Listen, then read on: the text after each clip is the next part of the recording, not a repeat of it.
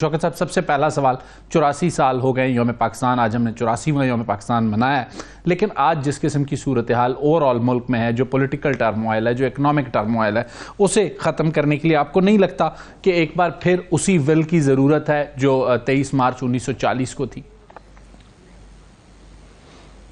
बिस्मिल्लाहिर्रहमानिर्रहीम। बहुत शुक्रिया जी। देखिए, पाकिस्तान पे तो किसी को इख्तिलाफ नहीं है पाकिस्तान के इशू पे, और पाकिस्तान का नजरिए के ऊपर किसी को इशू नहीं है। इशू है तो वो जो पॉलिटिकली जिन्होंने पैदा किए उस पे इशू है कि हम पाकिस्तान इसलिए बना था ना कि सबको बराबर के हकूक मिलेंगे। पाकिस्तान जो है वो सबके हकूक का तहफ़्फ़ुज़ करेगा, डेमोक्रेसी होगी इस मुल्क के अंदर। तो आप मुझे बताएं कि क्या डेमोक्रेसी अपनी असली सूरत में है इस वक्त इस मुल्क में?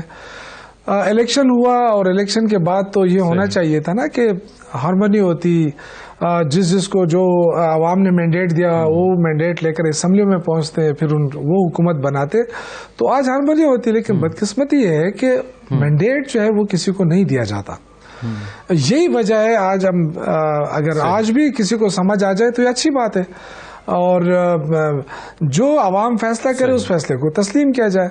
हमने देखा कि जब जब हमने आवाम के मैंडेट को तस्लीम नहीं किया तो पाकिस्तान को नुकसान हुआ है।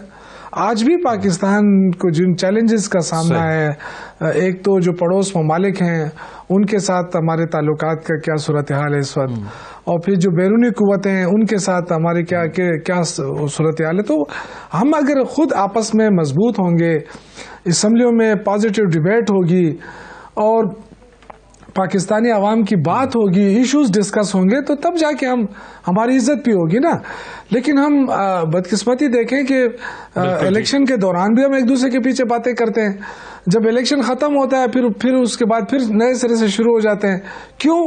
कि उस ट्रू डेमोक्रेसी का वो जो शेप है वो सामने नहीं आ रहा है। वो मैंडेट जब तक आप तस्लीम नहीं करेंगे आवाम की, बिल्कुल ठीक हो गया। उसमें हर एक वो है कसूर है, किसी एक का कसूर नहीं है, सबका कसूर है।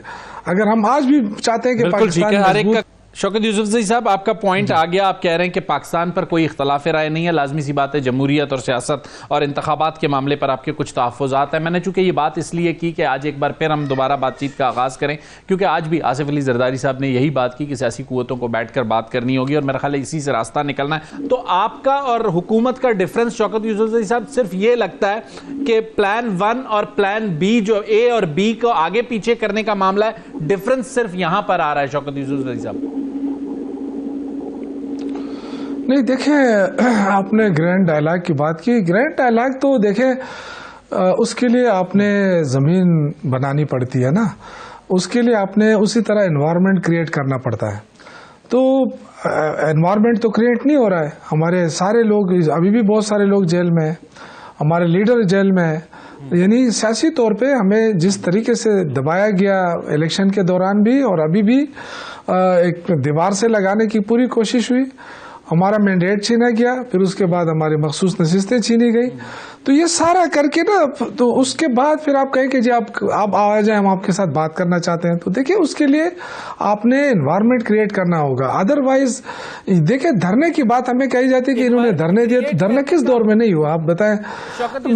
मैं आपको बताऊं, हमारे दौर में भी हमारे जी मैंने कहा एक छोटा सा सवाल ले लीजिए। आप ये कहते हैं कि एनवायरनमेंट उस वक्त क्रिएट होगा जो आपके पॉलिटिकल वर्कर्स अरेस्ट हैं, आपकी पॉलिटिकल लीडरशिप अरेस्ट है, उनको रिलीफ दिया जाए, फिर बातचीत का आगाज होगा।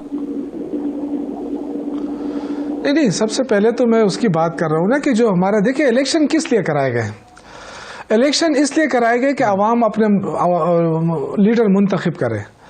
आवाम को पहले तो जो प्री पोल रेगिंग हुई हमारे साथ, ठीक है, अब शेर अली साहब के साथ भी हुई होगी, इंडिविजुअली बहुत सारे लोगों के, लेकिन क्यों हुई है? ये तो बहुत बड़ा क्वेश्चन है, किसने की है? तो ये मैं कहना चाहता हूं कि हमसे तो देखे प्री पोल रेगिंग में हमें मतलब ये कि मैं इलेक्शन में खड़ा था, मुझे पहले नाअहल किया गया, हालांकि मैं 2 दफा इलेक्टेड असम्बली का मेंबर रहा, मिनिस्टर रहा, फिर भी मुझे नाअहल कर दिया गया, फिर जाके कोर्ट से हमने बहाल हुए। इस तरह करते करते बहुत सारे लोगों के साथ ये हुआ, और फिर उसके बाद जो इलेक्शन के दिन हमारे साथ जो कुछ हुआ, तो ये सारी वो चीजें हैं ना कि आपने ये हर इदारे को अपने डोमेन में रहना पड़ेगा, तब जाके हालात ठीक होंगे। अगर हम इक़्तिदार में आने के लिए किसी भी इदारे का सहारा लेंगे तो फिर जो है ना, फिर हालात दुरुस्त सीमित में नहीं जा सकते, फिर तो कंट्रोल डेमोक्रेसी रहेगी। और अभी भी हम यही देख रहे हैं, कंट्रोल डेमोक्रेसी है। हम एक अदालत में जा रहे हैं, कभी दूसरी अदालत में जा रहे हैं। हमने कहा हम असम्बलियों में बैठते हैं, हमने कहा हम अपोजिशन में बैठते हैं। हुकूमत बेशक नवाज शरीफ साहब करे, पीपल्स पार्टी करे, लेकिन फिर भी उन्होंने हमें मखसूस नशिस्तें नहीं दी। तो उसका असर क्या पड़ा? उसका असर सदारती इलेक्शन पे पड़ा, अब सेनेट के इलेक्शन पे पड़ेगा। तो मतलब ये कि इस तरह ज्यादतियां हो रही हैं। वो लोग जो हमें, जिन्होंने हमें वोट दिया, वो पूछ रहे हैं कि जी बिजली महंगी हो रही है, आपका क्या रोल होगा? शौकत यूसुफजई साहब, मेरा सवाल अब भी वही है कि आप जो कह रहे हैं कि एनवायरनमेंट क्रिएट करने की जरूरत है, एनवायरनमेंट उसी तरह आपको लगता है कि पहला उसका बेंचमार्क ये होगा कि जो आपके पॉलिटिकल प्रिजनर्स हैं, आप समझते हैं कि पॉलिटिकल प्रिजनर्स हैं, उनको रिलीफ मिले और आपकी लीडरशिप को रिलीफ मिले, फिर बातचीत शुरू होगी? नहीं, ये तो सेकेंडरी बात है। देखो, वो तो सारे जाली केसेस है, वो तो हम भुगत रहे हैं, वो उसका कोई इशू नहीं है। वो तो अदालतें हमें इंसाफ देगी, इंशाल्लाह वो दे रही हैं। ये सारी चीजें सामने आ रही हैं वो। लेकिन जो असल चीज है, जो मैंडेट छीना गया है, उसका कोई जस्टिफिकेशन तो देना कि क्यों छीना गया है। क्योंकि हमने तो शुरू में कह दिया था कि हम असेंबलियों में बैठेंगे, अपोजिशन में बैठेंगे। जब हम इलेक्शन में आना ही नहीं चाहते, इक़्तिदार में नहीं आना चाहते थे, तो फिर तो हमारे साथ इतनी ज्यादती नहीं होनी चाहिए थी ना। क्योंकि हमारे साथ भी बड़े बड़े वकला हैं।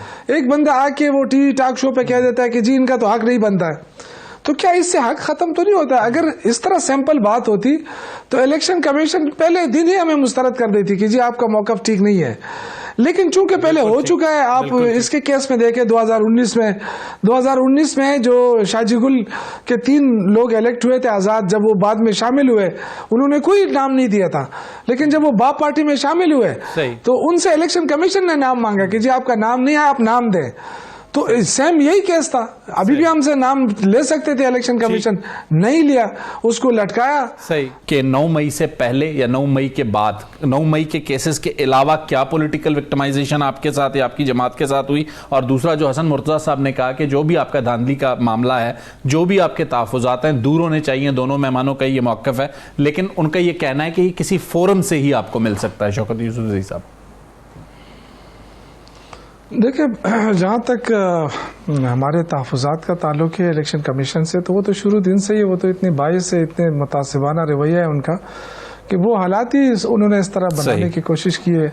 ज़ाहिर है, जब तक इलेक्शन कमीशन हमें रिलीफ नहीं देगा तो अदालतें, ज़ाहिर है वो अदालतें तो दे रही है रिलीफ, लेकिन उसमें जो मेन रोल है, जैसे फॉर्म 45, 47, अब जिस हमारा एक मामूली सा केस है, अगर वो सिर्फ खोल दें, हल्का मेरा खोल दें और उसमें एक 2-3 पोलिंग स्टेशन ही चेक कर ले, तो उनको पता चल जाएगा कि खवातीन का वोट जो है ना, एक मर्द हजरात बिठाए गए, उन्होंने अंगूठे लगाए, और हम चीखते रहे कि जी ये क्या हो रहा है। वो अंदर कोई छोड़ भी नहीं रहे थे। लेकिन बहरहाल वो तो एक अलग इशू है। जहाँ तक 9 मई का ताल्लुक है, देखिए जी, 9 मई को अगर आपको याद हो, मेरे अपने कपड़े फटे थे।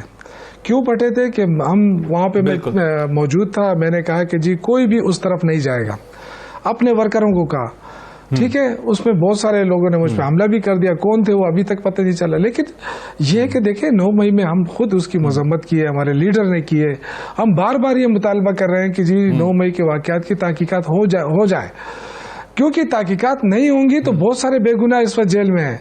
1-2 की बात नहीं है, अभी शरील साहब ने बात की, लेकिन ये 1-2 की बात नहीं है, ये बहुत सारे दर्जनों लोग जेलों में हैं और किसी किस्म का वो नहीं है। भाई, आपके पास फुटेजेस मौजूद है, सारे मीडिया ने उसको कवर किया है, जिसने जो किया उसको सजा दे रहा है। हम तो आपके साथ है इस बात में।